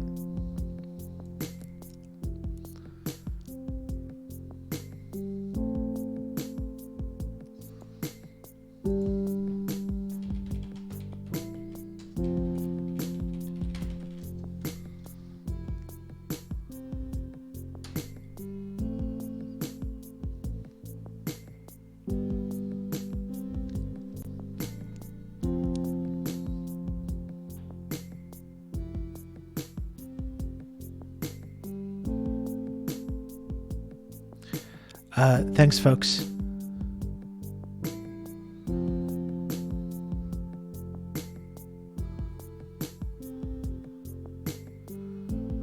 I'll be back tomorrow, okay? Give my regards to our friend Ugopnik, who has more viewers than me on his third stream. And do you think I'm jealous about that?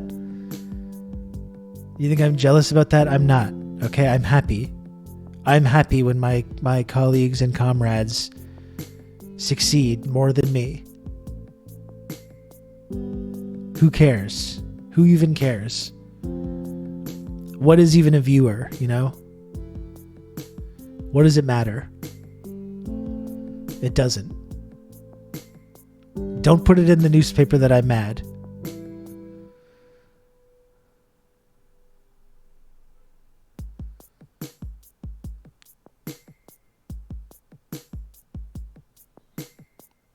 We're all but grains of sand in the desert of time. That's absolutely true, Monsieur Balls. See everyone tomorrow.